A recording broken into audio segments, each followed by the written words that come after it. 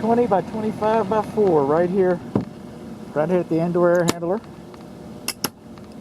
The furnace flue is not properly supported. You're not supposed to seal it with tape, and you shouldn't see air around the furnace flue like that.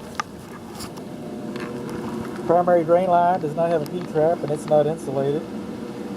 Care and use manual is not present. Secondary drain line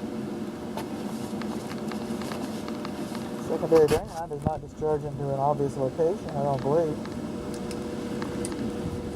Secondary drain line does not discharge into an obvious location.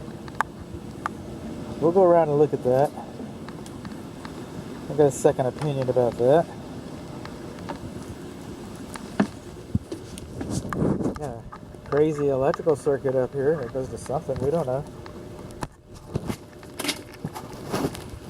And some of this duct is sagging right in here. Over half an inch sag. Over half an inch sag. Right in there.